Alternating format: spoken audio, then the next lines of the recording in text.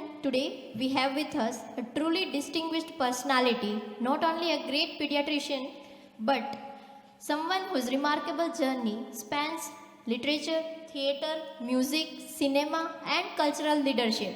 From writing Kafia Nagar during his MBBS days to writing columns in Sandesh, I must say, sir, I have personally been a great admirer of your work.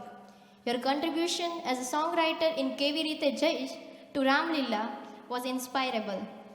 Honestly, I could go on speaking about it endlessly, but without further ado, may I request a big round of applause as we welcome Dr. Raesh Mania, sir. Javadekar સાહેબ જે વાત કરી એમાં બે કહેવતો ઉમેરું છું હું કે ન બોલ્યામાં નવગુણ બધાને આપણને કહેવામાં આવ્યું છે થંબ રૂલ કે નહીં બોલવાનું ચૂપ રહેવાનું અને બોલે તેના બોર વેચાય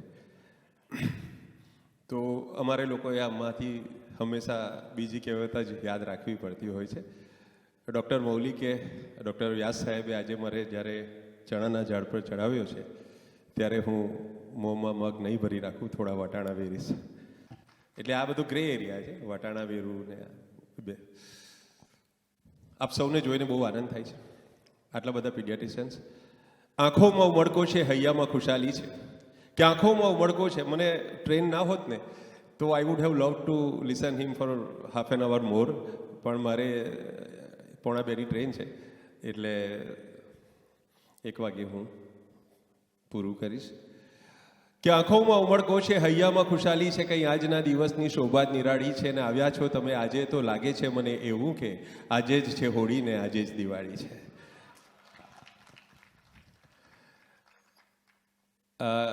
ડૉક્ટર શું નામ હતું મને લઈને ડૉક્ટર રાઠોડ ટ્રેનના પ્લેટફોર્મ પરથી મને સીધા પીડિયાટ્રિશિયન્સના પ્લેટફોર્મ પર લઈને આવ્યા છે હું ટ્રેનમાં આવતો હતો સવારે તો મને એમ થયું કે જરાક રિહર્સલ કરી લઉં એટલે મેં બાજુવાળાને કહ્યું કે ભાઈ હું કવિ છું એટલે સાંભળીને તરત જ બોલ્યો કે હું બેરો છું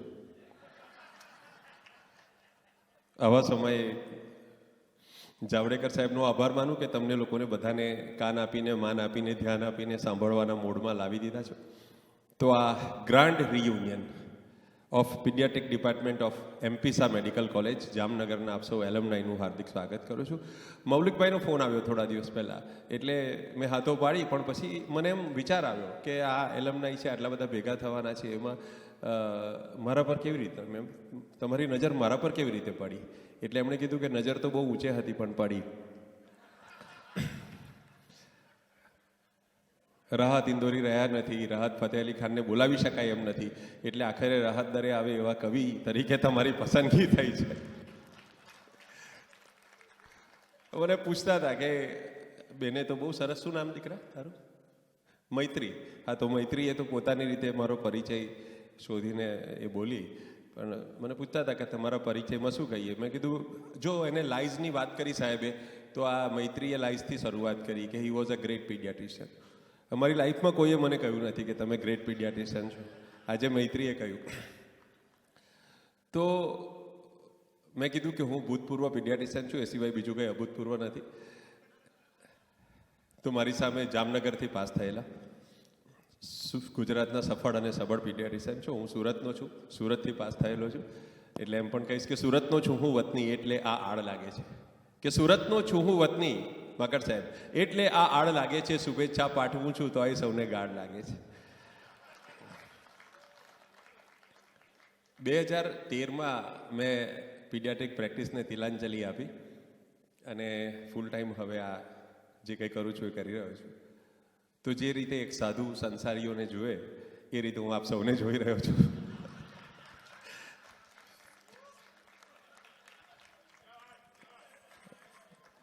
નેલ્સન જ વાંચો છો ને હજુ હા તો નેલ્સનમાં એવું લખ્યું નથી કોઈ પણ જગ્યાએ કે પીડિયાટ્રિશિયનનું મુખ્ય કામ વેઇન પકડવાનું છે પણ આપણે જાણીએ છીએ કે એ જ આપણું મુખ્ય કામ છે તો મેં મારી વાઈફને કહ્યું કે આજે મારે જામનગરના પીડિયાટ્રિશિયનોની નસ પકડવાની છે વેઇન પકડવાની છે એમની વેઇન નહીં પકડાય તો મારી મહેનત ઇન વેઇન જશે તો મેં ડૉક્ટર મૌલિકને પૂછ્યું કે આટલા બધા પીડિયાટ્રિશિયન 100ની નજીક સંખ્યા છે 100થી વધારે દેખાઈ રહ્યા છે મને તો આટલા બધા પીડિયાટ્રિશિયન એક કવિને સાંભળી શકશે? એટલી ટોલરન્સ હશે બધામાં? તો એમણે કહ્યું કે પીડિયાટ્રિશિયન તરીકે અમે રડતા બાળકને ઓસ્કલ્ટેટ કરીએ ત્યારે રુદન સિવાય કંઈ સંભળાતું નથી, છતાં પણ પ્રોફેશનલિઝમ દાખવીને અમે એ ક્રિયા કરી લઈએ છીએ, સાંભળી લઈએ છીએ. એમ તમને પણ સાંભળી લઈશું. એમણે કીધું સાહેબનું આમ હું વિચારતો હતો, આમ આવતાની સાથે કીધું કે આ જાવડેકર સાહેબનું સ્ટેથોસ્કોપ એટલે એમ કે કલર ડોપલર જેવું, પછી ઇકોની જરૂર ના પડે એમ. તો મને તો મારા પેશન્ટ યાદ આવે કે હું તો જ્યારે પણ ઓસ્કેલેટ કરું એટલે રડવાનો અવાજ જ સંભળાતો મને એમાં.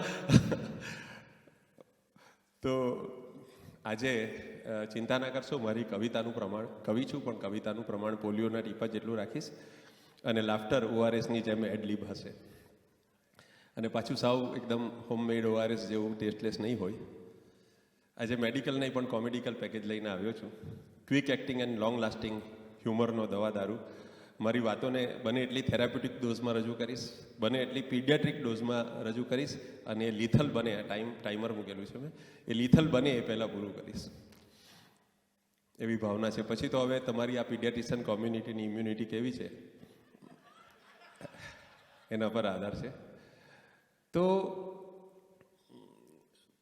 મૈત્રીએ પરિચય આપ્યો, સાંભળતા મને જ મારા ઉપર માનની લાગણી થઈ કે સરસ.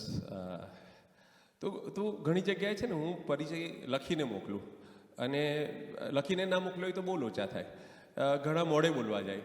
એટલે મેં લખ્યું હોય કે હાસ્યસભર પ્રસ્તુતિ કરશે, તો એ એમ બોલે કે હાસ્યાસ્પદ કવિ છે. મેં લખ્યું હોય કે પીડ કવિ છે, એમ એવું લખ્યું હોય, હવે ઉંમર થઈ એટલે, તો એ બોલે કે બહુ રીડા કવિ છે. આપણે લખ્યું હોય પરિચયમાં કે નામાંકિત કવિ છે, તો એ બોલે નામચીન કવિ છે. પછી પાછો ખબર પડે કે આ લોચો થયો એટલે સુધારે કે નામચીન એટલે જેનું નામ ચીન સુધી જાણીતું છે. ઘણાને તો ખબર પડે કે આ કવિને ડૉક્ટર છે એટલે બહુ અભિભૂત થઈ જાય, અને એમ કે ડૉક્ટર પણ છે, કવિ પણ છે, બેવડા વ્યક્તિત્વના સ્વામી છે. હવે સુરતમાં બેવડાનો અર્થ જુદો થાય. તો તમે સુરતના કોઈ પણ પીડિયાટ્રિશિયનને પૂછો, કોઈ પણ ડૉક્ટરને પૂછો, કોઈ પણ ફિલ્ડના કોઈ પણ ડૉક્ટરને પૂછો, ડૉક્ટર રઈસ મનિયાર કેવા, તો તરત જ તમને મારા વિશે બહુ સારો, સાહેબે કીધું ને એમ, સરસ જવાબ મળશે. કોઈને પણ પૂછો કે ડૉક્ટર રઈસ મનિયાર કેવા, કોઈ પણ ડૉક્ટરને, તો એ કહેશે કવિ બહુ સારા. અને કવિ જો કોઈ ઓળખતા હોય એમને પૂછો તો એ કહેશે ડૉક્ટર સારા. તો આમ બંને ફિલ્ડમાંથી, આ મૈત્રીની જાણકારી માટે કહું છું કે આ બંને ફિલ્ડમાંથી એક્સક્લુઝનના કારણે એક્સક્લુઝિવ થયેલો છું, બાકી બીજું કંઈ નથી. મેં મારી વાઈફને કહ્યું કે આજે તો જામનગરના ડૉક્ટરો સામે જવાનું છે, તો મને પૂછ્યું કે પીડિયાટ્રિશિયન તરીકે બોલવાનું છે કે કવિ તરીકે. મેં કીધું પીડિયાટ્રિશિયન તરીકે તો ગાયનેકોલોજીસ્ટ પણ નહોતા બોલાવતા, એટલે તો કવિ થયો.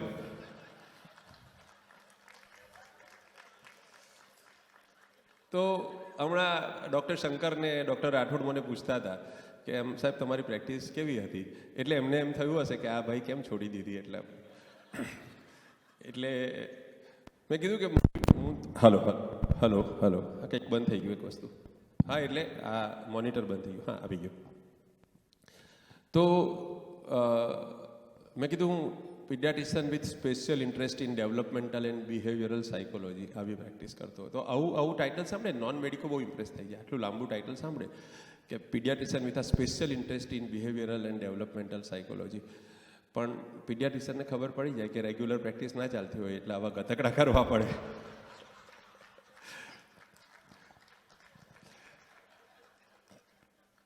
તો મારે મૌલિકભાઈ સાથે વાત ચાલતી હતી, એમણે મને કહ્યું કે શું ટૉપિક રાખીએ. એમ જાવડેકર સાહેબને મસ્ત ટૉપિક આપ્યો, એવી રીતે એમને એમ કે આને પણ કંઈ મસ્ત ટૉપિક આપું.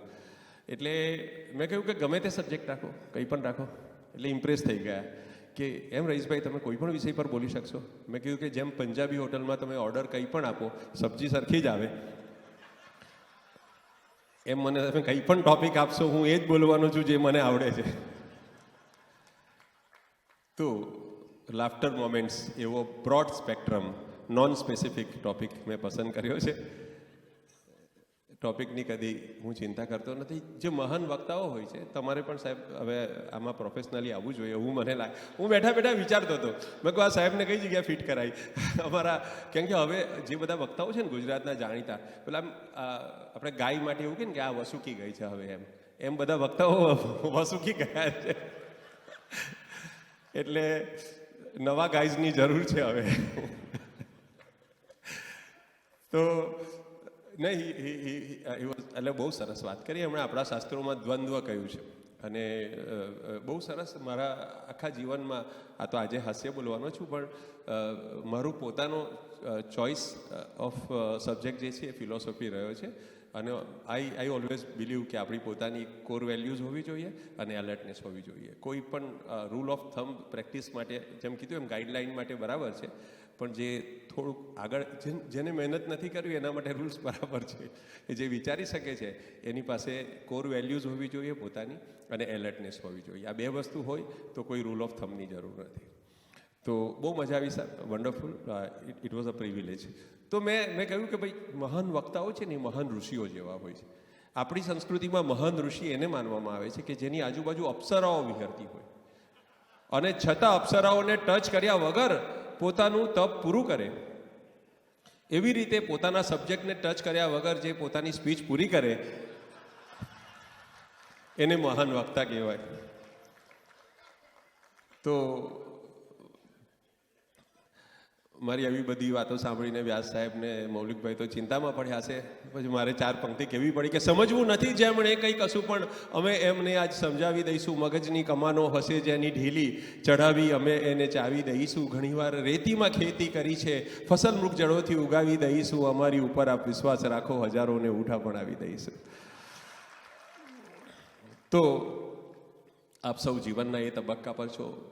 બધી અલગ અલગ ઉંમરના પીડિયાટ્રિશિયન્સને હું જોઈ રહ્યો છું, પણ તમારામાંથી ઘણા બધા એવી સ્થિરતા પ્રાપ્ત જો કરી ચૂક્યા છો કે હવે લગભગ બધા સ્ટ્રેસ ઓછા થવા લાગ્યા હશે અને જીવનના બધા ટેસ્ટને માણી શકીએ. જેમ બકુલભાઈ બિયોન્ડ પીડિયાટ્રિક્સ, મને તો મજા એ જ આવી કે એ રૂલ બુલ બરાબર છે, પણ એક માણસ પીડિયાટ્રિક્સમાં રહીને પીડિયાટ્રિક્સની બહાર કેટલું વિચારી શકે, કેટલું ડીપલી વિચારી શકે, એનું સુંદર ઉદાહરણ સાહેબે આપ્યું. એટલે આપણા બધાની અંદર આ વસ્તુ હોવી જોઈએ કે we are pediatricians, but we are not only પીડિયાટ્રિશિયન્સ.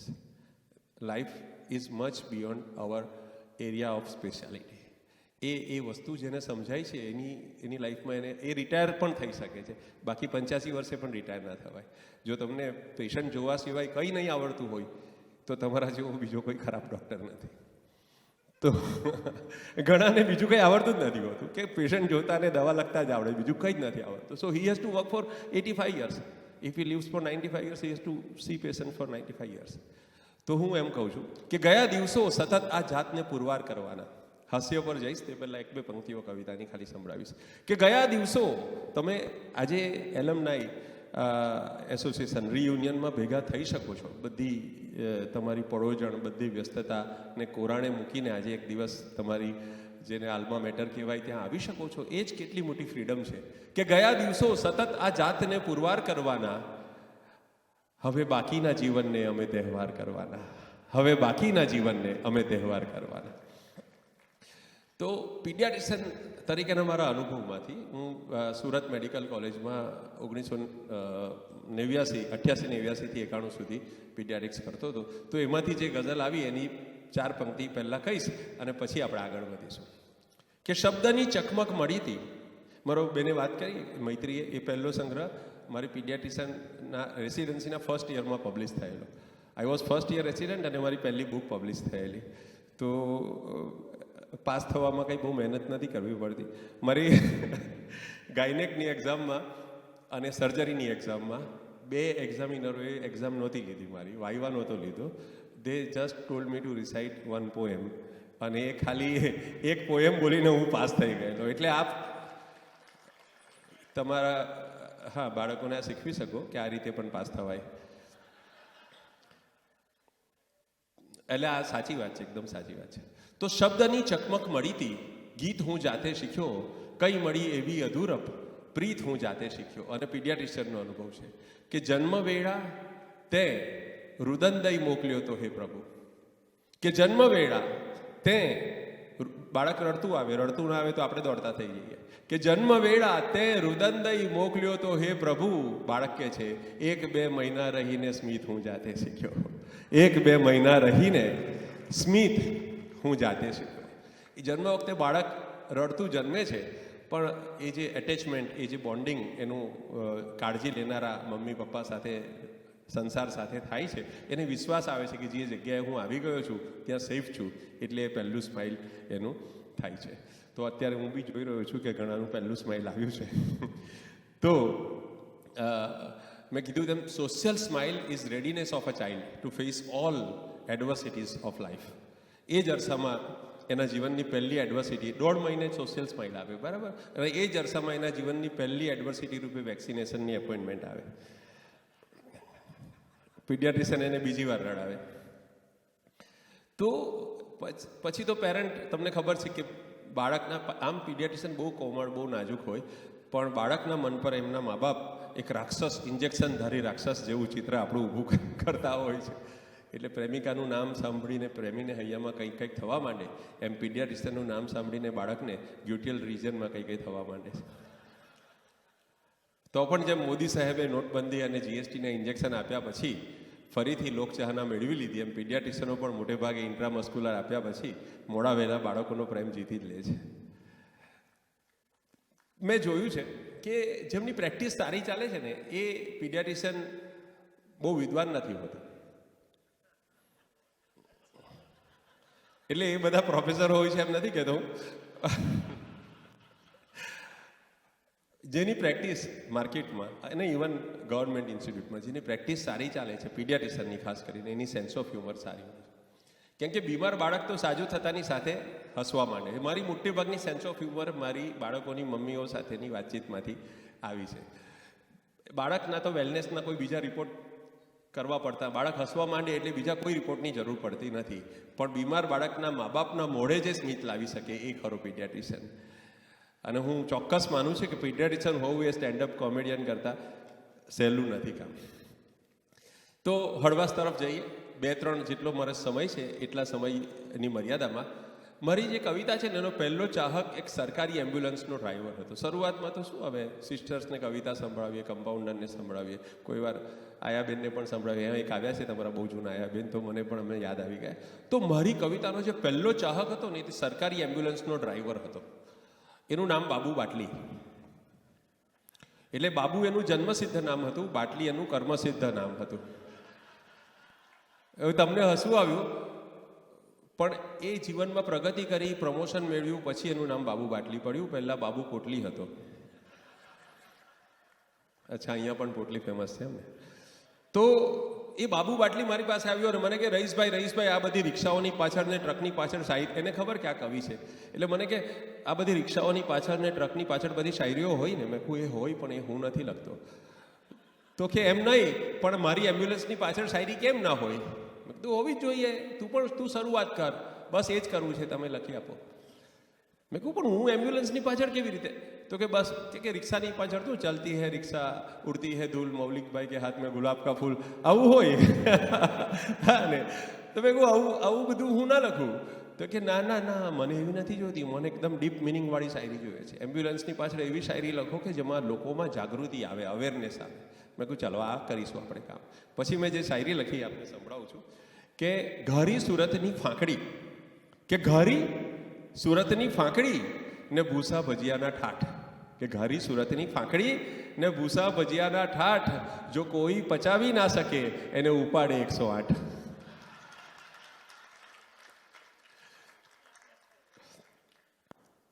આમ એમ્બ્યુલન્સની પાછળ લખતા હું ફિલ્મો સુધી પહોંચ્યો. મેં વાત કરી એમ 48 વર્ષની મારી ઉંમર છે. છેલ્લા 10 વર્ષથી 48નો છું.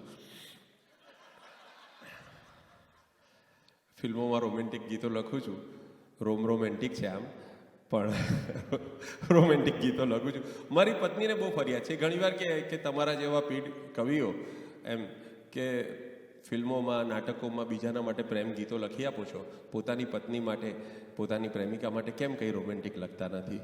એટલે પછી મારે એને કહેવું પડ્યું કે તું જેનું પોતાનું ગજું ન રહે એ પરગજું થઈ જાય છે. અમુક ઉંમર પછી જ સમજાય છે કે વેલેન્ટાઇન ડે કરતાં વિશ્વ શાંતિ દિવસનો મહિમા વધારે હોય છે. યસ, એ પણ કહેતી મને કે પહેલાં કહેતી લગ્ન થયા ને તો મને કહેતી કે મારો પતિ સદાબહાર છે, સદાબહાર છે. દેવાનંદને બધા માટે આ શબ્દો વપરાય. તો મને પણ માકડ સાહેબ તમારી જેમ એ કહેતી કે મારો પતિ તો સદાબહાર છે. હવે કહે છે કે એ સદાબહાર જ હોય છે, રવિવારે પણ ઘરે રહેતો નથી. તો અમુક મને એમ કહે ને કે રઈસભાઈ તમે આવો ને તો તમારું પેલું જૂનું નહીં સંભળાવતા, ફ્રેશ માલ લાવજો. અને અમુક એવું કે નવું મટીરિયલ અમારા પર ટ્રાય ના કરતા, જે ટ્રાઈડ એન્ડ ટેસ્ટેડ છે એ જ લાવજો. એટલે સાહેબે જે દ્વંદ્વની વાત કરી, દ્વિધાની વાત કરી, કન્ફ્યુઝનની, એવું મારે પણ કાયમ જ થાય. હમણાં એક પ્રોગ્રામ હતો 2-3 દિવસ પહેલાં અમદાવાદમાં, તો મને કે તમારું પેલું ફેમસ છે ને રિયુનિયનવાળું, જલપાડીવાળું. મેં કહું હા છે. તો એ નહીં લાવતા એમ. મેં કીધું કેમ પણ? તો કે ના બસ એ નહીં એવું ના પાડું છું ને. પણ મેં કહું ફરમાઈશ આવે ઓડિયન્સમાંથી 4-5 જણા બૂમ પાડે કે જલપાડી જલપાડી જલપાડી, તો મારે સંભળાવવાનું કે તો પણ ના સંભળાવતા. મેં કહું પણ કેમ આવી ક્રૂરતા? તો કે મારી વાઈફનું નામ જલ્પા છે.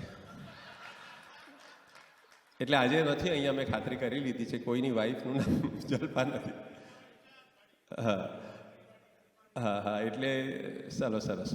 તો આજકાલ તમે જુઓ છો કે આ રિયુનિયન આપણું તો પીડિયાટ્રિશિયન એટલે બહુ મેચ્યોર થયા પછીના બધી સ્મૃતિઓ છે, પણ ઘણા સ્કૂલના દિવસોના ને બધા રિયુનિયન બનતા હોય છે. તો આ બધા મિત્રો મળે, અમુક તો 5-10 વર્ષે મળ્યા છે, અમુક 25 વર્ષે મળ્યા છે, અમુક 30 વર્ષે મળ્યા છે. તો રિયુનિયનમાં મળે ત્યારે મિત્રો કેટલા બદલાઈ જાય છે. આપણને એમ થાય કે આને કોણ સંઘર્ષે. એવા લોકો પાછા પ્રેક્ટિસમાં સેટ થઈ જાય, અને પાછું પ્રેક્ટિસની ઉપરાંત 2-4 પેટ્રોલ પંપ લીધા હોય ને 15-20 એકર જમીન લીધી હોય ને આ બધું હોય ત્યારે આપણને આઘાત તો ના લાગે, પણ આમ નવાઈ લાગે. તો એના વિશે ફિરદોસભાઈએ લખ્યું છે, ડૉક્ટર ફિરદોસભાઈએ 4 પંક્તિ એમની છે કે સૌ યાર જિંદગીની મઝધારમાં મળ્યા, કે સૌ યાર જિંદગીની મઝધારમાં મળ્યા. સાયકલ ઉપર જતા હતા એ બધા કારમાં મળ્યા, કે સાયકલ ઉપર જતા હતા એ બધા કારમાં મળ્યા. ને એ બાળપણની મસ્તીઓ બદલાઈ ગઈ જરા, કે એ બાળપણની મસ્તીઓ બદલાઈ ગઈ જરા. કોમ્પ્લાન જે પીતા હતા એ બધા બારમાં મળ્યા, કોમ્પ્લાન જે પીતા હતા એ બધા બારમાં મળ્યા. અહીંયા ખબર નથી જામનગરમાં ગિફ્ટ સિટી જેવી કોઈ વ્યવસ્થા ખાનગીમાં કરી હોય મૌલિકભાઈએ. કોમ્પ્લાન જે અમારે સુરતમાં કન્સલ્ટન્ટ એસોસિએશનની મિટિંગ અમે સુરતમાં કરતા જ નથી, મિટિંગ દમણમાં જ થાય. એ લોકોએ જે દર મહિને એક મિટિંગ થાય જ, અને બધા એમાં અચૂક હાજર રહે. અને મહિનો સુધી જે પોતાની ઈચ્છાઓનું દમન કર્યું હોય તે દમણ જઈને એને રિલીઝ કરે. તો એનું જે મેમ્બર થાય ને એમ ખબર જ પડી જાય કે આને કોઈ ડિવાઇન રસ નથી, આને વાઇનમાં રસ છે. તો જે પોચકા હતા હવે મેટલ થઈ ગયા, જે પોચકા હતા માણસ કેવા થઈ જાય, જે પોચકા હતા હવે મેટલ થઈ ગયા. માણસને જે બની શક્યા કેટલ થઈ ગયા, ને મેડલ સહુ કટાઈ ગયા રેન્કરો તણા. ગોલ્ડ મેડાલિસ્ટની શું દશા થાય છે આપણને ખબર છે કે મેડલ સહુ કટાઈ ગયા રેન્કરો તણા, ને એટીકેટી વાળાઓ સેટલ થઈ ગયા, ને એટીકેટી વાળાઓ સેટલ થઈ ગયા.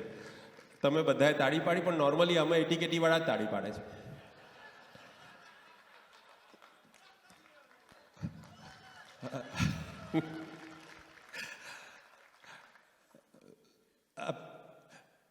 આપણે તો એટીકેટી આપણે કેઝ્યુઅલ બેચ હોય, જરા કેઝ્યુઅલી ભણે એ લોકો બધા કેઝ્યુઅલ બેચમાં હોય. તો અત્યારે તો વેલેન્ટાઇન ડેનો જમાનો છે. છોકરાઓ 7-7 દિવસ સુધી રોઝ ડે ને પ્રપોઝ ડે ને આપણે બધા હિસ્ટ્રીમાંથી બહાર નથી આવતા પીડિયાટ્રિશિયનો, પણ છોકરાઓ કેવું મારા પડોશમાં છોકરો છે એ મને પૂછે કે અંકલ તમારા સમયમાં વેલેન્ટાઇન ડે હતો? મેં કીધું અમારે તો એક જ તહેવાર ધામધૂમથી ઉજવાતો, રક્ષાબંધન. સ્કૂલમાં અમારા શિક્ષકોને બહુ ઉત્સાહ રહેતો. મારા ક્લાસમાં 24 છોકરીઓ હતી, તો મને એમ કે એકાદ પાસે બંધાવશે રાખડી, બાકીની 23 તો અવેલેબલ રહેશે રેન્જમાં. તો કે 24 પાસે રાખડી બંધાવી એમને, એમ કે આનો હાથ આખો ભરી દો. તો સાહેબ ઉત્તરાયણમાં ઠુમકા મારીને માંડ ચગેલી પતંગ 6 જ મહિનામાં રાખડીના કાચા ધાગાથી કપાઈ જતી. આંખડી મેળવવાના પ્રયાસમાં રાખડી જ મળતી. તો આવી આપણી બધાની પ્રેમ કથા. તો મને પેલો છોકરો પૂછે કે અંકલ તમારા જમાનામાં બ્રેકઅપ થતું? બ્રેકઅપ? મેં કહું બ્રેકઅપનો સવાલ જ નહોતો, અમારા તો મા બાપ અને શિક્ષકો જ બ્રેક મારીને રાખતા. મેં કહ્યું તમારે બ્રેકઅપ થાય? કે થાય છે, થયા કરે. મારા પડોશીના છોકરાને મેં પૂછ્યું, તો મેં કહ્યું કેમ, તો તમને આમ પેલું ડિપ્રેશન ને? અરે હોય સાહેબ, બ્રેકઅપ થાય તો બેકઅપ તૈયાર જ હોય. અત્યારે છોકરીઓ બધો ઇંતજામ રાખે કે આ બેસ્ટ ફ્રેન્ડ છે, આવો ફ્રેન્ડ, 4-5 પ્રકારો છે બધા. ફ્રેન્ડ ઝોનમાં રાખે, કોઈ આને રાખે, કોઈ BFF રાખે, ખબર નહીં શું શું હોય. એટલે બધી વેરાયટી હોય. અને પછી એ પાછું ચલક ચલાણી જેમ થાંભલો બદલાઈ પણ જાય. તો આપણી જે જનરેશન છે, ખાસ કરીને મારી જે જનરેશન છે સાહેબ, અમે 50 વર્ષ પહેલાંના પ્રેમને પણ યાદ રાખીએ એમ.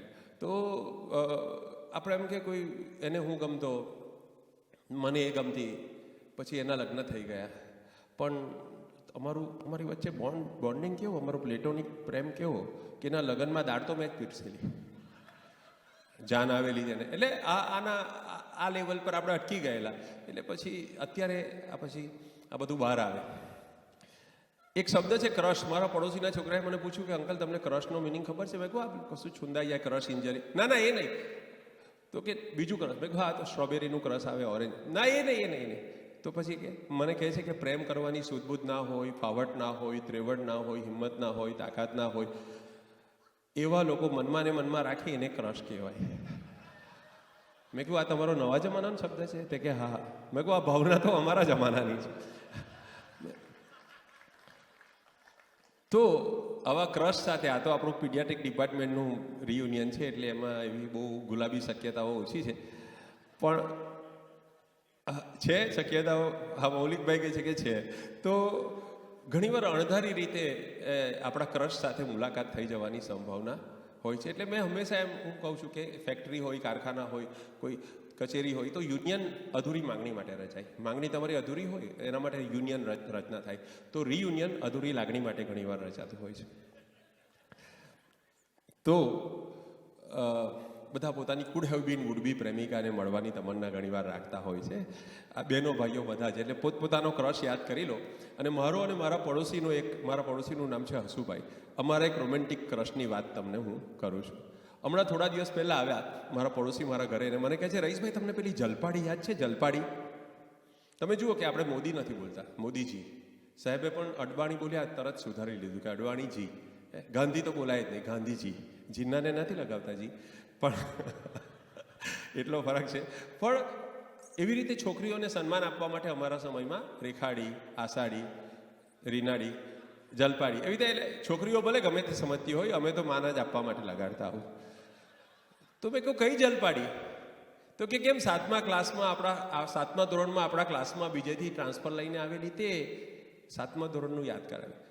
મેં કહું કોણ જલપાડી? તો કે કેમ આપણા સૌની સહિયારી સ્વપ્ન સુંદરી. હા, તમને સહિયારી પર મજા આવી, બરાબર ને? પણ તમે જુઓ સાહેબ, માણસ છે ને પરણી જાય ને પછી સેલ્ફિશ થઈ જાય. કુંવારો હોય ને તો એકદમ સેલ્ફલેસ હોય. પરણી જાય ને એટલે મારી પત્ની છે, મારી પ્રેમિકા છે, મારા બાળકો છે, મારું સંતાન, મારો પરિવાર છે, મારી સંપત્તિ છે, એમ કરવા લાગે. પણ સાહેબ લગ્ન થવા પહેલાં 2 જણા તમે કલ્પના કરો કે કોલેજના ગેટ ઉપર બેઠા છે અને સામેથી છોકરીઓ ક્લાસ ભરવા માટે, આપણે મેડિકલ કોલેજમાં બી થતું, આ તો બધે જ અમુક વસ્તુ તો અનિવાર્ય હોય કે લોબીમાં છોકરાઓ ઊભા હોય 2-4, અને પેલી છોકરીઓ લાઇનસર ક્લાસ ભરવા માટે પસાર થાય. આ ઘટનાને સમાજ ગમે તે દ્રષ્ટિએ નિરખતો હોય, ગમે તે એના માટે. પણ આજે 2 જણા જે જોઈ રહ્યા છે છોકરીઓની પસાર થવાની ક્રિયાને, એના માટે મેં નામ આપ્યું છે કે આ નયન સુખ સાથી છે. એ લોકોએ સાથે મળીને નયનનું સુખ માણ્યું છે.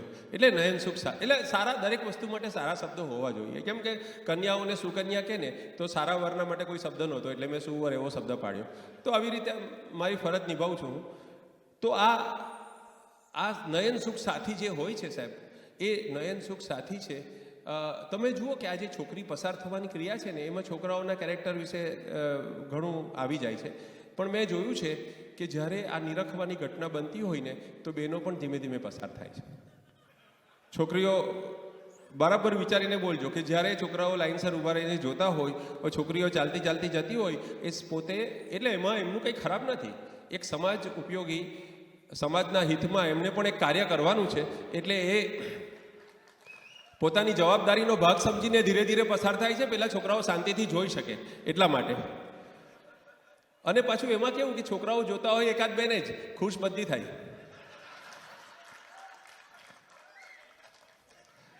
તો આ ઘણાને તો હમણાં આઘાત લાગશે કે આવું હતું. તો આ જે નયન સુખ સાથી છે સાહેબ, એ જરાક પણ સેલ્ફિશ નથી હોતા. એની વચ્ચે કોઈ કોમ્પિટિશનની ભાવના નથી હોતી, કોઈ જેલસી, કોઈ સ્પર્ધા, કશું હોતું જ નથી. કેમ કે એ બંને ત્રણે બધાને ખબર છે કે ભાઈ તને બી નથી મળવાની, મને બી નથી મળવાની, તો રાખને સહિયારી. તો આ રીતે અમારી સહિયારી સ્વપ્ન સુંદરી જલપાડીની વાત નીકળી. એટલે મને પણ યાદ આવ્યું કે સાલું 6ઠ્ઠા ધોરણ સુધી અમને સપનામાં વિકરાળ પશુઓ, ભૂત, પલિત, ડાકુ આવું બધું આવતું. એકવાર 7મા ધોરણમાં જલપા બીજેથી ટ્રાન્સફર લઈને અમારા ક્લાસમાં આવી અને જલપાના સપના આવવાના ચાલુ થયા. પછી સાલું સપનાઓનો જોનર બદલાઈ ગયો. અમે સૌ વાનર રાતોરાત નર થઈ ગયા. પેલો ડાર્વિન એમ કહે છે કે વાનરમાંથી નર બનતા 1 લાખ વર્ષ લાગ્યા. હું એમ કહું છું કે ક્લાસમાં એક સારી છોકરી આવે ને કશેથી ટ્રાન્સફર લઈને, એટલે રાતોરાત બધા વાનર નર થઈ જાય. મેં હસુભાઈને કહ્યું, યાર હસુભાઈ 35-40 વર્ષ જૂની આ વાત જલપાડીને અત્યારે યાદ કરવાનું કંઈ કારણ? તો મને કહે, રઈસભાઈ કાલે એક પ્રસંગમાં ગયો હતો, ત્યાં બુફેની લાઈનમાં એક મેદસ, એટલે આમ હસુભાઈ એમની ટેવ પ્રમાણે કહે છે કે હું સૌથી પહેલો ગુલાબજાંબુની લાઈનમાં ગયો અને 4 ગુલાબજાંબુ લીધા. તો મારી સામે એક મેદસ્વીની બેન હતા. અમે કવિઓ એટલે જાડી ને એવું બધું તો નહીં બોલીએ, એટલે હા, એટલે મેદસ્વીની બેન હતા. તો એમણે પણ 4 ગુલાબજાંબુ લીધા. 15 મિનિટ સુધી મેં ધરાઈને ભોજન કર્યું. પછી થયું કે ચલો બીજા 4 ગુલાબજાંબુ થઈ જાય, એટલે મેં 4 ગુલાબજાંબુ લીધા. તો એને પણ 4 ગુલાબજાંબુ લીધા, એ મેદસ્વીનીએ. પછી 15 મિનિટ હજુ હું જમ્યો. પછી મને થયું કે બિલકુલ પેટ ભરાઈ ગયું છે, જરાક પણ પેટમાં જગ્યા નથી હવે તો. પછી વિચાર આવ્યો કે અન્નનળીમાં થોડીક જગ્યા છે, ઇસોફેગસમાં, એટલે મેં બીજા 4 ગુલાબજાંબુ લીધા. તો પેલા મેદસ્વીની બેન પણ ત્યાં જતા, એને પણ 4 ગુલાબજાંબુ લીધા. તો મને થયું કે હમારે ખ્યાલાત, સાહેબ ફિલ્મોના ડાયલોગ યાદ કરે છે તો હું પણ કરું યાદ, હમારે ખ્યાલાત કિતને મિલતે જુલતે હૈ. એમ કરીને મેં એને સ્માઇલ આપ્યું, એણે મને સ્માઇલ આપ્યું. તમે કઈ કોલેજના, કયા ગામના, કઈ સ્કૂલના, એમ પૂછતા ખબર પડી કે ભારે ભરખમબેન આપણી સ્કૂલના જ હતા. મેં કીધું કે આપણા ક્લાસમાં તો કોઈ એવી મેદસ્વીની નહોતી. આપણા ક્લાસમાં તો બધી સ્લીમ એન્ડ ટ્રીમ, એકદમ બધી ક્યુટી પાઈ હતી બધી. હા, એ બીજા ક્લાસની હશે, બીજા ક્લાસની હશે. એ જલપાડીને ઓળખતી હતી. અરે સાંભળો તો ખરા યાર, એ વિશાલ દેહીની પાસે સીધો જલપાનો કોન્ટેક્ટ તો મંગાઈ નહીં. એટલે મેં એને પૂછ્યું કે તને આપણી સ્કૂલનું કંઈ યાદ છે? તો એ કહેવા લાગી, હા અમારા ક્લાસમાં છે ને એક હસુ નામનો મહા તોફાની, મહા ગ્લિન્ડર છોકરો હતો. બહુ તોફાની હતો પણ બહુ સ્વીટ હતો. મેં કહું તમે કહ્યું નહીં કે એ સ્વીટ હું છું? અરે એમ કહું તો બિચારી શરમાઈ ના જાય. મને થયું કે લાવ એના કરતાં આ સ્થૂળ દેહધારીણી સહાધ્યાયીનીને પૂછું. કોને? સ્થૂળ દેહધારીણી સહાધ્યાયીનીને પૂછું કે જલપાનો કોઈ અતોપતો છે? મારાથી જ બોલાઈ ગયું કે જલપાનો કોઈ અતોપતો નથી. કેમ કે ફુરસદની પળોમાં જલપાને શોધવા માટે હું પણ Facebook, Google, Instagram, marriage bureau બધે શોધ ચલાવી ચૂક્યો હતો. અને હાઇટ ઓફ ઓપ્ટિમિઝમ જુઓ, પુનર્વિવાહમાં પણ મેં જલપાડીને શોધી નાખી હતી કે કંઈક એના જીવનમાં દુર્ઘટના બની હોય તો આપણે પણ એ દુર્ઘટનાને આકાર આપીએ. તો હસુભાઈએ વાત આગળ ચલાવી, રઈસભાઈ આપણા સૌની એ ધક ગર્લ, આપણા સૌની એ ડ્રીમ ગર્લ, આ તો બધી 84-85ની વાત છે એટલે તમને એની સાથે રિલેટ કરી શકશો. હું કલ્પનામાં સરી ગયો કે સારું 50ની ઉપરની થઈ હશે આપણી જલપાડી, પણ આજે પણ એ ડિમ્પલ કે માધુરીને ટક્કર મારે એવી તો હશે જ. તમે જોજો કે ભગવાને છે ને કુદરતી સંપત્તિની સમાન વહેંચણીના નિયમને અનુસરીને દરેક ક્લાસમાં એક આવી સુંદરી ફાળવેલી હોય છે. એલોટમેન્ટ. ભગવાને કુદરતી સંપત્તિની સમાન વહેંચણીના નિયમને અનુસરીને દરેક ક્લાસમાં આવી એક સુંદરી ફાળવેલી હોય છે, જેના કારણે શિક્ષણ સહ્ય બને છે. એટલે લોકો સહશિક્ષણ કહે છે, પણ એ સહ્ય શિક્ષણ છે. હસુભાઈ ઉત્સાહમાં આવી ગયા, રઈસભાઈ મેં તો વિચારી નાખ્યું કે જો આજે આપણી જલપાડીનો કોન્ટેક્ટ મળી જાય ને તો આપણે ભૂતપૂર્વ વિદ્યાર્થીનું એલ્યુમિનિયમ બનાવી જ નાખીએ. મેં કીધું એલ્યુમિનિયમ ના કહેવાય ને, એલમનાઈ કહેવાય, એલમનાઈ. તો કે હા એ જે હોય તે, પણ વિચાર કરો કે જલપાડીનો નંબર જો આજે મળી જાય એની પાસેથી તો એલ્યુમિનિયમ આપણા જીવનનું ગોલ્ડન પાનું બની જાય કે નહીં? હા, બની જાય.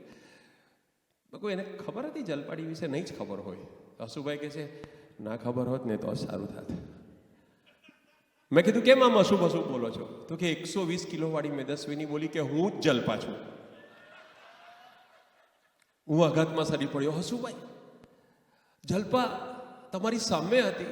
જે જલપાડી આપણે નોટબુક પાછળથી, જેમ લોકો જય જલારામ લખીને પાના ભરે, એમ જલપાડી લખીને પાછળથી નોટ એટલી ભરતા જેટલી આગળથી નહોતી ભરાતી.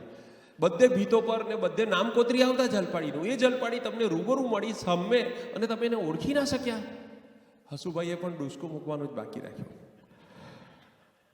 મેં કહું શેમ ઓન યુ, મને તમારા પર ધિક્કાર થાય છે, તમે જલપાડી મળીને ઓળખી ના શક્યા. હસુભાઈએ રામાયણમાંથી એક ઉપમા આપી મને કે રઈસભાઈ, જેમ રામાયણમાં વાલીઓ લૂંટારો 12 વર્ષ તપ કર્યા પછી આજુબાજુ રાફડાનો થર બાજી ગયેલો, એની રાફડાના થરની નીચે ઓળખી શકાય એવો રહ્યો નહોતો, એમ આપણી જલપાડી ચરબીના થરની નીચે એની અંદર જ ક્યાંક હતી 120 કિલોના. આપણી 45 કિલોની જલપાડી 120 કિલોની અંદર જ ક્યાંક હતી. પછી કહે છે કવિ, આપણી ડ્રીમ ગર્લ હવે ડ્રીમ ગર્લ નથી રહી, ડ્રમ ગર્લ બની ગઈ છે. હવે અમે જેને જલપાડી કહેતા, એમાં આગળથી જલ નીકળી ગયું, માત્ર પાડી બચી છે એમ તો કહેવાય ને. તો હસુભાઈ મને કે રઈસભાઈ, ફરી પાછું સપનામાં વિકરાળ પશુ, ભૂત, પલિત, ડાકુ બધું આવવા માંડ્યું છે. મેં કીધું એનીવે યાર, ચલો ઠીક છે, એ આપણું નસીબ. પણ તમારે છેલ્લે એ મેદસ્વીનીને એટલું તો કેવું હતું કે તમને જે તોફાની કાનુડો જે બહુ સ્વીટ લાગતો હતો તે હું જ છું. અરે હું કહેવા જ જતો તો એ પહેલાં જે બોલી કે અમારા ક્લાસમાં પેલો હસુ હતો ને, હસુ, એના એક ઘરડા દાદા હતા, એકદમ બોખા કરતલીવાળા, ટાલિયા ખખડી ગયેલા, બસ તમારા જેવા જ દેખાતા હતા.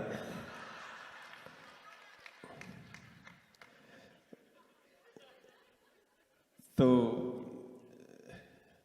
મારી પાસે સમય છે હજુ થોડોક, વાંધો નહીં. તો બે નાની વસ્તુઓ સંભળાવીશ અને પૂરું કરીશ સમયસર. હવે છે ને હ્યુમર ઘણીવાર અમે આમ, આ જલપાડી મને મળેલી હમણાં થોડા વખત પહેલાં સુરતમાં એક દેરાસરમાં હું લેક્ચર આપવા ગયેલો ને ત્યાં એ સદેહે મને મળી 120 કિલોના દેહ સાથે. તો ત્યારે મેં આ લખેલું. પછી એની પોસ્ટ સ્ટોરી પણ છે. એણે મને નંબર આપ્યો જલપાડીએ એનો, એટલે હું નંબર લઈ આવ્યો. મારા વાઈફને વાત કરી મેં કે આ રીતે, એને ખબર હતી આપણે કવિઓ તો બધું ઈમાનદારીથી કહી દઈએ, એટલે સાહેબ કહે ને કે સત્ય કહેવાય ના કહેવાય, તો એમાં એક આ પણ છે કે કેવું કે નહીં કહેવું, તમારા ભૂતકાળના પરાક્રમો. તો એનો નંબર મેં કહ્યું કે આ જલપાડીનો નંબર છે, સેવ કરી રાખજે. તો એણે ફાડી નાખ્યો નંબર અને મેં કીધું 120 કિલોની છે, એકદમ ભયંકર છે. તો કે બેરિયાટ્રિક કરાવીને આવે તો પાછી. તો આ પણ એક સત્ય ઘટના છે. આ હવે એનાથી પણ વધારે એકદમ નિર્દોષ બાળપણના સમયમાં 13-14 વર્ષ પહેલાંની વાત હતી. આ એનાથી પણ નાની વાત છે. 1979ની આ વાત છે. 9મા ધોરણમાં છે ને મારા ક્લાસમાં એક મારો ક્લાસમેટ હતો, એનું નામ મોદી. આ મેલ છે, હવે આમાં ફિમેલ કોઈ આવશે નહીં, નો હિરોઈન. તો મારી સરનેમ મનિયાર અને એની સરનેમ મોદી, એટલે મારો રોલ નંબર 18 ધવલભાઈ ને એનો રોલ નંબર 18. બહુ ચપરાક, બહુ તોફાની, અત્યારે રાજકારણમાં છે એ મોદી. એટલે મારા ઉંમરના મોદીની વાત કરું છું. તો એ છે ને પરીક્ષા વખતે મને પૂછે, આ વાંચ્યું છે, પેલું વાંચ્યું છે, આ ચેપ્ટર વાંચ્યું છે ને. મેં કહું મને શું કામ પૂછે છે? તો કે તે વાંચ્યું હશે તો હું પાસ થઈશ. એટલે એવું અમારો રોલ નંબર બાજુમાં આવે. મેં કહ્યું યાર દોસ્તું ખરો છે, થોડો રસ લે ને, મહેનત કરીને આવું, ભણવામાં થોડો રસ લે. તો કે હે મનિયાર, ભણવાથી શું ફાયદો થાય? સુરતી કેવી રીતે બોલે? મને શું કહે, હે મનિયાર, ભણવાથી શું ફાયદો થાય? એટલે મેં જરા મગજને કષ્ટ આપીને ભણવાનો ફાયદો વિચાર્યો. મેં કહું ભણવાથી બુદ્ધિ આવે, આપણી બુદ્ધિ ખીલે, ભણવાથી માનવતા આવે. તો કે આ તારી બુદ્ધિ, તારી માનવતા રાજકારણમાં કામ લાગે મને? રાજકારણમાં કામ લાગે મને? મેં કહું ના, એ તો નડશે. બુદ્ધિ હશે, માનવતા હશે તો પોલિટિક્સમાં નડે. તો એ મગજને કષ્ટ આપતો નહીં. એક્ઝામ હોય ને તો લાંબા જવાબ લખે નહીં, નિબંધ, એસે, પેલા મુદ્દાસર જવાબ, આવું કંઈ લખે નહીં. માત્ર ખાલી જગ્યા લખે, એક શબ્દમાં જવાબ, એક વાક્યમાં જવાબ, બહુ મલ્ટિપલ ચોઇસ, આવું બધું લખે. આમાં પણ જવાબ તો એક પણ આવડે નહીં એને. એટલે ખાલી ક્વેશ્ચન લખીને 1.5 કલાક સુધી ધીરજ રાખે, શાંતિથી ફાંફા મારે. અને જેવું 2 કલાકનું પેપર હોય એટલે છેલ્લી 30 મિનિટ બાકી હોય ને એટલે પાછળથી અવાજ આવે. એટલે મારે મારી મુખ્ય આન્સર શીટ આમ મૂકી દેવાની અને હું સપ્લિમેન્ટરીમાં લખું બોલે એટલે મારે પાનું ફેરવવાનું. પાછળ કોઈ બીજા ક્લાસવાળો હોય, એની પાછળ મોદી બેઠો હોય, એટલે 5 ફૂટ દૂરથી એ જવાબ ઉતારી લે. એનું ઉતારવાનું કામ પતી જાય એટલે કરે એટલે મારે પાનું ફેરવવાનું. પછી એમાં ભૂલે ચૂકે ટૂંકનોનું પાનું આવી જાય, આમ કરે એટલે મારે એને ફેરવી દે. એટલે ખાલી 50 માર્કની પરીક્ષા હોય તો 19 કે 20 માર્કનું લખે મોદી, અને એમાંથી 17 માર્ક લાવવાના. પાસ થવાનું, ફેલ નહીં થવાનું. 17 માર્ક લાવવાના, 20 જ માર્કનું લખે, 19 જ માર્કનું લખે. તો આટલા પરિશ્રમથી જો એ પાસ નહીં થાય તો એની નિષ્ફળતાનું આડ મારે માથે આવતું. બધાને કે હા મનિયારે મહેનત નહીં કરી તેમાં હું નપાસ થયો. અમારી સુરતી ભાષામાં શું કહે, મનિયારે મહેનત નહીં કરી એમાં હું નપાસ થયો. અને કોઈ વાર શું થાય કે 20 માર્કનું લખ્યું હોય તો 20 આવી જાય, 19 આવી જાય.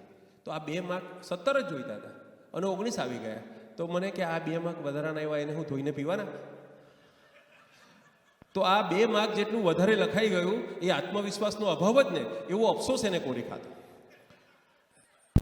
એ confidence hello hello hello hello અહીંયાથી ચાલી જાય છે. તો આમ કરતાં કરતાં એક દિવસ સોશિયલ સ્ટડીઝના પેપરમાંથી અમે બહાર નીકળ્યા, સમાજ વિદ્યાના પેપરમાંથી બહાર નીકળ્યા અને મારી સાથે ટેવ મુજબ જવાબો ચેક કરતો હતો.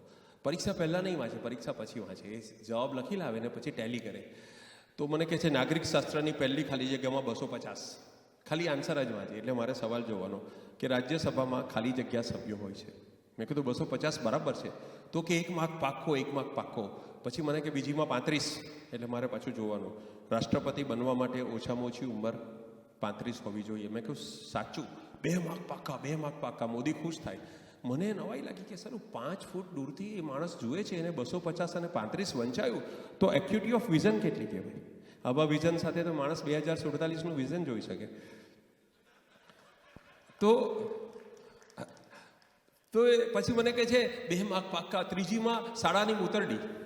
એટલે મેં કીધું આપણા આખા પાઠ્યપુસ્તકમાં શાળાની મૂતરડી આવો કોઈ શબ્દ છે નહીં અને કોઈ પણ સવાલ ચોપડીમાંથી એવો બનતો નથી કે જેનો જવાબ શાળાની મૂતરડી આવી શકે.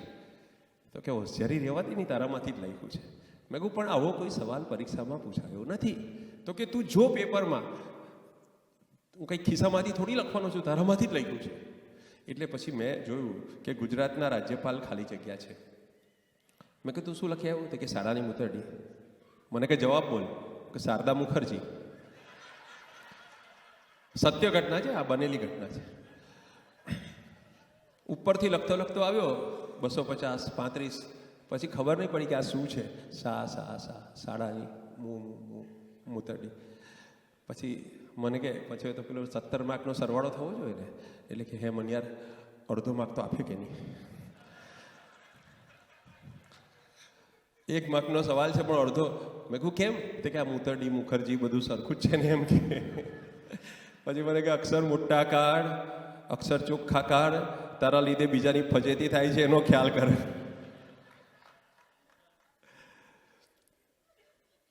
તો કાલે તમે શું પ્રોગ્રામ કર્યો મૌલિકભાઈ? કાલે સાંજે શું કરેલું?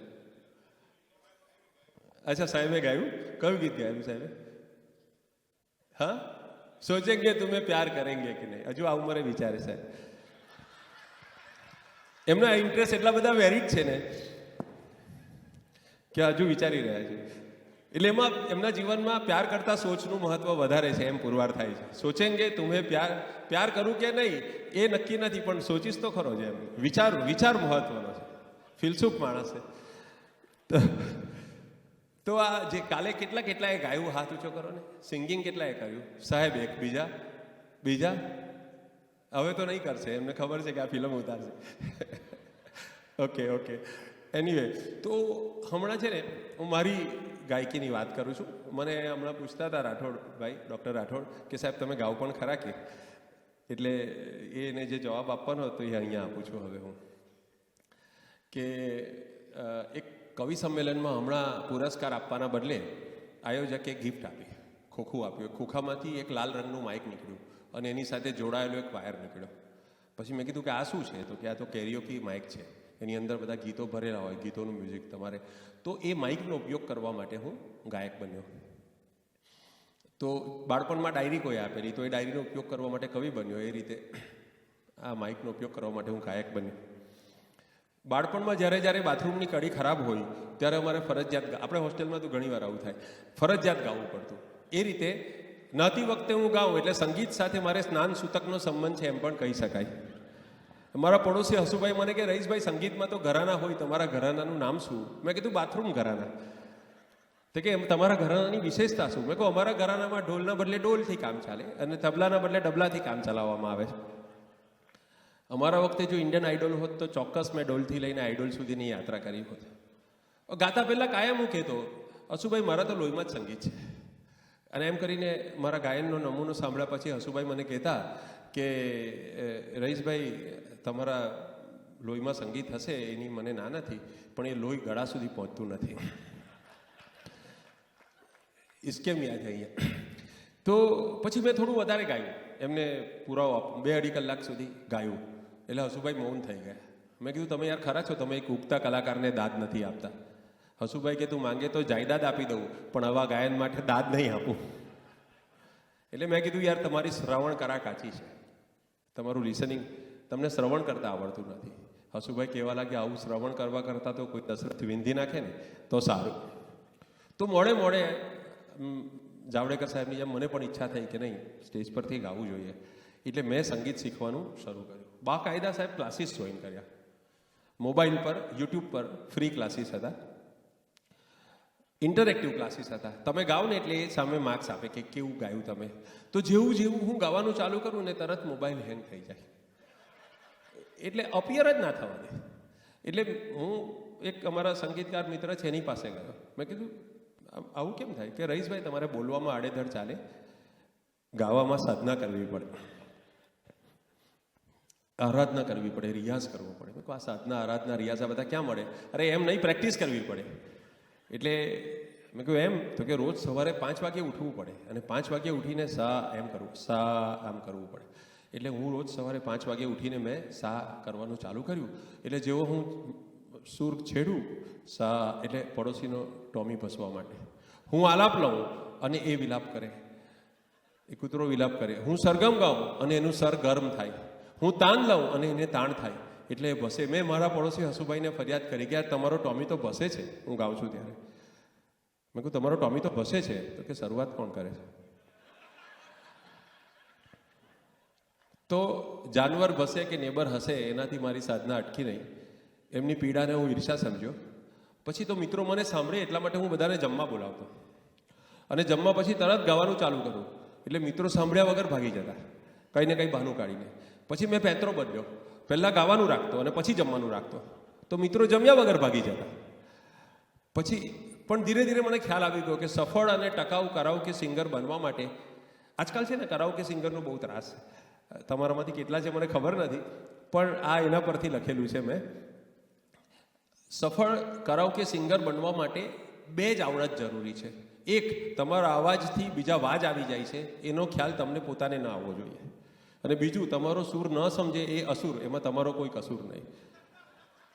તો આખરે મારી સાધના ફળી. એક કરાઓકેના પ્રોગ્રામમાં મને નિમંત્રિત કરવામાં આવ્યો. સાહેબ માનભેર નિમંત્રણ મળ્યું અને 20 ગાયકો હતા અને 19 શ્રોતાઓ હતા.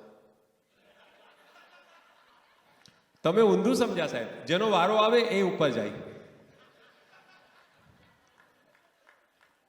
એટલે બધા ગાયકો જ હતા એમ. 20 ગાયકો ને 19 શ્રોતાઓ, એટલે જેનો વારો આવે એ ઉપર જાય એમ. તો ધીમે ધીમે લોકો મને નિમંત્રણ આપવા લાગ્યા. અમારા જેવા ઉગતા ગાયકોને બોલાવવાથી શું ફાયદો થાય? 2 ફાયદા થાય. એક તો ધન શક્તિ બચે અને સહન શક્તિ વધે. તો એકવાર આવા પ્રોગ્રામમાં એક શ્રોતા લાવવો ફરજિયાત હતો કે બીજું કંઈ નહીં, તમે એક ઓડિયન્સને લઈને આવજો. તો હું હસુભાઈને લઈ ગયો, મારા પડોશીને. ભોજન મળતું હોય તો એ ભજન પણ સાંભળે એટલે આવ્યા મારી સાથે. ગીતની પસંદગી પણ મેં પેલી ગુજરાતી કહેવતને અનુસરીને કરી હતી કે નિશાન ચૂક માફ, નહીં માફ નીચું નિશાન. હવે આનું જાવડેકર સાહેબ કંઈ જુદું પણ લાવશે કે આ નહીં, આ રૂલ ઓફ થંબ ના ચાલે. પણ તમે સાચું સમજ્યા. મેં ગીતની પસંદગી કરી મધુબન મેં રાધિકા નાચે રે. મારા હવે ગાયનની વિશેષતા એ છે કે મારા જે સૂર છે ને એક જ સપ્તકમાં રહે છે, પણ ઊંચો સૂર આવે ત્યારે શ્રોતાઓના લાભાર્થે હું હાથ ઊંચો કરું છું અને નીચો સૂર આવે ત્યારે શ્રોતાઓના લાભાર્થે હાથ નીચો કરું છું. આ રીતે ગીતની રેન્જનો વિઝ્યુઅલ આઈડિયા આપું છું. ગાઈ તો શકતો નથી. મારું ગીત પૂરું થયું એટલે મેં હસુભાઈને પૂછ્યું, બ્રો સિંગિંગ કેવું લાગ્યું? હસુભાઈ નિખાલસ જવાબ આપ્યો કે 50% સક્સેસ હતું. હું બહુ ખુશ થયો કે એમ 50% સારું લાગ્યું? હા, એમ કે તમારું મ્યુઝિક સારું વાગતું હતું. એટલે કરાઓકેમાં મ્યુઝિક તો સારું જ વાગે. પછી મને કહે યાર પણ તમે શું ગાતા હતા ને, મ્યુઝિક એટલું લાઉડ હતું કે તમારા શબ્દો સંભળાતા નહોતા. મધુબન મેરા, મધુબન મેરા, મધુબન મેરા આટલું સંભળાતું હતું. એટલે હું કન્ફ્યુઝ થઈ ગયો. મેં કહ્યું તમને ખબર નહીં પડી? તો ક્યાં બહુ ધ્યાન આપીએ તો મધુબન મેરા, મધુબન મેરા, પછી ઢીકા વાગે રે, ઢીકા વાગે રે. મેં કહ્યું તમને ઢીકા વાગે છે એમાં ભૂલ મારી નથી, નવસાદ સાહેબની ભૂલ છે. એમને કમ્પોઝિશન જ એવું મધુબન મેરા, હા તો વાગે ઢીકા, શું કરીએ. તો અમે બંને બાઇક પર આવ્યા હતા. બહાર વરસાદ હતો એટલે મારો વારો પત્યા પછી પણ નીકળાય એમ નહોતું. બહાર જળની ધોધમાર વર્ષા, અંદર સંગીતની ધોધમાર વર્ષા. ગોંધાયેલા હસુભાઈ રૂંધાયેલા સ્વરે બોલ્યા, સારું ચોમાસામાં તો ગમે ત્યારે લાઇટ જાય, આજે તો લાઇટ પણ નહીં ગઈ. ઘરે પરત ફરતા હતા. મેં કીધું હસુભાઈ કેવું ફીલ થાય છે? તો કે સામૂહિક સુરાતકારનો ભોગ બનીને નીકળ્યા હોય ને એવું લાગે છે. તો આ સુરાતકાર પણ એક હોય છે એન્ટિટી. હા, પછી મને કે યાર તમારા લોકોએ છે ને માઇક કોર્ડલેસ રાખવું જોઈએ. પણ મેં કહ્યું તમને આ વાયરવાળા માઇકથી શું પ્રોબ્લેમ છે? બજેટ આવશે ત્યારે વાયરવાળું કોર્ડલેસ લાવીશું અમે. અત્યારે વાયરવાળું છે તો તમને શું વાંધો છે? કે ના એવું નહીં, તમે એમ કે એ વાયરવાળું માઇક હાથમાં લઈને ગાતા હો ને તો એ જ વાયરથી તમને આમ ફાંસો આપી દેવાનું મન થાય છે. એટલે બીજા દિવસે કોઈ વિડીયો મૂકી અમારા ગ્રુપમાં કે જુઓ રઈસભાઈ ગાય છે. મારી સિંગિંગની વિડીયો મૂકી, લખ્યું નીચે રઈસભાઈ ગાય છે, એટલે કોઈ ગૌ માતાનો ફોટો મૂક્યો નીચે. એટલે હસુભાઈએ કોમેન્ટ લખી કે આપણે ત્યાં ગાયની હત્યા તો જાણે પ્રતિબંધિત છે, પણ જે ગાય એની હત્યા કરીએ તો ગૌ હત્યા કહેવાય. તો ખૂબ સરસ રીતે તમે સાંભળી રહ્યા છો અને આઈ એમ સો હેપી કે તમારા એલમનાઈમાં મને બોલવાની તક મળી. તમે બહુ પ્રેમથી, બહુ શાંતિથી સાંભળી રહ્યા છો. છેલ્લે એક નાનકડી કવિતાથી પૂરું કરીશ, 4 મિનિટનો સમય લઈશ. તો આપણે બધા અલગ અલગ બેચના, હું જોઈ રહ્યો છું, યંગ છે, મોટા નાના છે. મારો જન્મ 1966માં થયેલો, 1966. 34 વર્ષ સુધી મને આમ એક આંકડો લખવાની ટેવ હતી. 1992, 93, 94, 95, 96, 99. પછી અચાનક 2000 આવી ગયું. તો કેટલા દિવસ સુધી તો એ 19 જ આવે. 19 થી 20 તમને તો ઘણા યંગ લોકોને સમજાશે પણ નહીં આ મારી વેદના. પણ આ અમારી પેઢી જે છે એ જે રીતે અમે નવા જમાના સાથે સંતુલન સાધ્યું, એમાં અમુક વસ્તુ એવી છે કે જૂના જમાનાની અમને સારી લાગે. એના પરથી આ કવિતા છે. તો સાંભળજો, બહુ ગંભીર નથી, તમે ગંભીર થઈ ગયા. ન પેપ્સી ન થમ્સઅપ ન તો કોક ભાવે, 2000ની સાલમાં લખેલી. ન પેપ્સી ન થમ્સઅપ ન તો કોક ભાવે, રહીશ તો વિતેલા મિલેનિયમનો માણસ, મળે જો ઉકાળો તરત ગટગટાવે, રહીશ તો વિતેલા મિલેનિયમનો માણસ. ન કુરિયર ના એસટીડી ના ફેક્સ કરતો, ન કુરિયર ના એસટીડી ના ફેક્સ કરતો, એ ફેસબુક ને વોટ્સએપ થકી ખૂબ ડરતો. શું કરે તો પછી? ન કુરિયર ના એસટીડી ના ફેક્સ કરતો, એ ફેસબુક ને વોટ્સએપ થકી ખૂબ ડરતો, પગે ચિઠ્ઠી બાંધી કબૂતર ઉડાવે, રહીશ તો વિતેલા મિલેનિયમનો માણસ. આજે લંચમાં શું છે ખબર નથી, પણ પીઝાથી ઈજા થાય છે તાળવામાં. નવા જમાનાનો ખોરાક ફાવે નહીં વ્યાસ સાહેબ, કે પીઝાથી ઈજા થાય છે તાળવામાં, ને બર્ગરથી ગરબડ થતી પેટ માહે, મળીએ દાળ ઢોકળી સબડકા લગાવે, રહીશ તો વિતેલા મિલેનિયમનો માણસ. ન હોકી ન સોકર ન ટેનિસ એ જાણે, ન હોકી ન સોકર ન ટેનિસ એ જાણે, ન બિલિયર્ડ ન રગ્બી ન પોલો ને માણે, હજુ એક લખોટી એક હિસ્સામાં રાખે, રહીશ તો વિતેલા મિલેનિયમનો માણસ. ન સોનમ પ્રિયંકા ન શ્રદ્ધા દીપિકા, મૌલિકભાઈની બહેનોના નામ છે. તમને એમ કે મને હિરોઈનો મને ખબર જ નથી હોતી. ન સોનમ પ્રિયંકા ન શ્રદ્ધા દીપિકા, અનુષ્કા નહીં ને મલિકા કદી નહીં. હવે નવી હિરોઈનોમાં મને બહુ ગળ પડતી નથી. મારે આલિયા ને માલિયા બંને સરખા, ખબર જ નહીં પડે.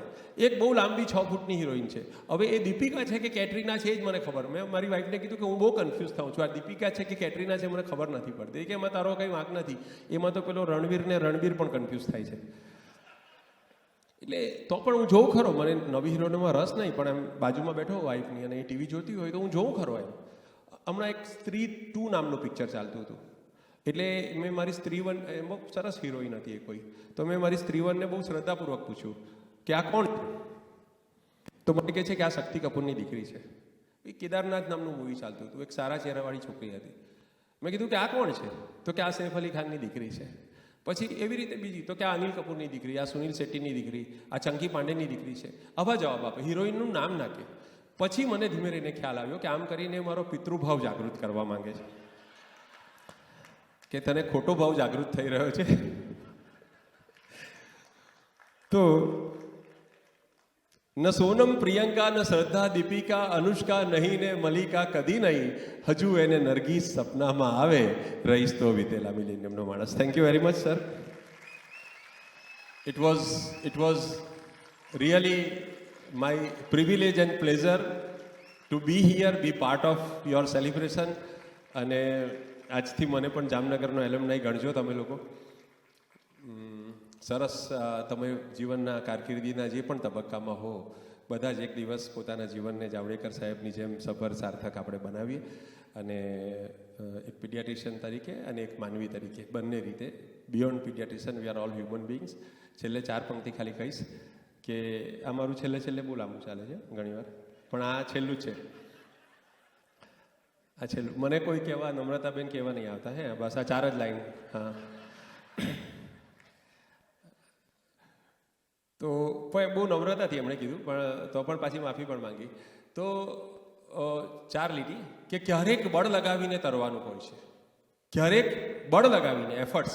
આ પણ 2 સત્ય છે જીવનમાં. શું કરવાનું? ઘણા કહે છે કે ગો વિથ ધ ફ્લો, અને ઘણા કહે છે કે ના, મહેનત કરવાની. કે ક્યારેક બળ લગાવીને, એનો જવાબ ક્યારેકમાં છે કે ક્યારેક બળ લગાવીને તરવાનું હોય છે, ક્યારેક બસ પ્રવાહમાં સરવાનું હોય છે. હો પુષ્પ કે મનુષ્ય, બસ અવધિનો છે ફરક. ફ્લાવરની લાઈફ 3 દિવસની છે, માણસનું જીવન 90 વર્ષનું છે. હો પુષ્પ કે મનુષ્ય, બસ અવધિનો છે ફરક. ખરતા પહેલા સહેજ નિખરવાનું હોય છે, કે ખરતા પહેલા સહેજ નિખરવાનું હોય છે. તો આપણે બધા જ જીવનની જે સ્લાઇસ આપણને મળી છે, એ સ્લાઇસમાં આપણને જે રોલ મળ્યો છે, એ રોલમાં જેટલું નિખરી શકાય એટલું ખરતા પહેલાં નિખરીએ, એવી શુભ ભાવના સાથે. Thank you very much. મુલાકાतें हमेशा वक्त की पाबंद होती है, मोहब्बत एक खुशबू है हमेशा साथ रहती है. Thank you sir, thank you so much.